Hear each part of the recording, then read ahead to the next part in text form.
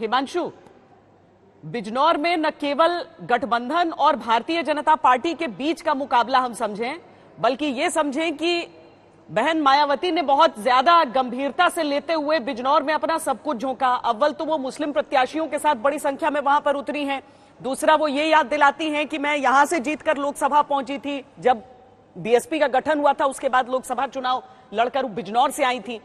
ये बातें क्या इस पूरे मामले, पूरे चुनाव को त्रिकोणीय बना रही हैं यहां पर? देखिए, बिल्कुल त्रिकोणीय बनाने की कोशिश जो है श्वेता वो की जा रही है। और बीएसपी ने यहां पे जिस तरीके से कैंपेन किया, मायावती खुद यहां से लोकसभा जीत चुकी हैं बीएसपी बनने के बाद, जैसा आपने भी बताया। और बीएसपी महागठबंधन जब 2019 में लड़ा था तब भी यहां से चुनाव जीती थी। मलूक नागर थे, मलूक नागर मेरे साथ है, नीरज यहां से आरएलडी के प्रत्याशी हैं जो महागठबंधन में 2019 में एक साथ थे।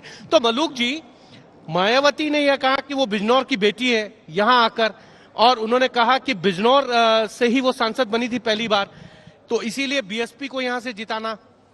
देखिए, दोनों ना एक्चुअल में कंफ्यूजन है।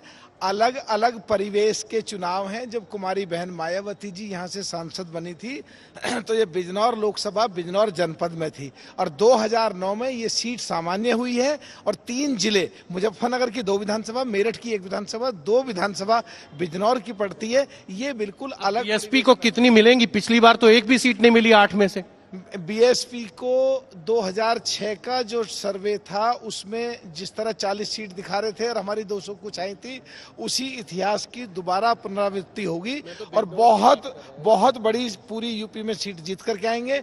और बिजनौर में बहुत सारी सीटें बीएसपी को हमको जीत करके जाएंगे। आरएलडी का कहना है कि आप तो बी टीम की तरह काम कर रहे हैं बीएसपी का।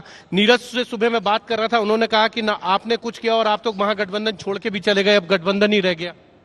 तो सर, आपने प्रश्न मुझसे पूछा या उनसे पूछा? नहीं, इनसे। तो बी टीम की बात है, मुझसे इसका जवाब देना। अच्छा। देखिए, बी टीम एक्चुअल में समाजवादी पार्टी और बीजेपी है, इसीलिए ये जिन्ना को लाते हैं, इसलिए अब्बाजान को लाते हैं, इसलिए अली और बली क्यों साथ आ गए थे? इसलिए हिंदू और मुसलमान की बात करते हैं, इसलिए पाकिस्तान और हिंदुस्तान की बात करते हैं। देखिए, राजनीति में परिवेश में कई बार समझौते होते हैं। ऐसे तो बीजेपी पीडीएफ के साथ भी गई है वहां पे जम्मू कश्मीर में, महाराष्ट्र में शिवसेना के साथ भी गई है, वहां उनका भी गठबंधन टूट गया। तो वो एक समय की पुकार थी और हम सब लोग साथ थे। की पुकार थी और आप 10 सीट जीत के और समाजवादी 5 पे आ गई। नीरज जी, ये कह रहे हैं कि समय की पुकार थी और अननेचुरल जो है गठबंधन था आपका, अब ये बाहर चले गए हैं। ये कह रहे हैं कि बी टीम तो समाजवादी पार्टी है। ये तो बहन जी के सारे बयान बताते हैं कि बी टीम कौन है।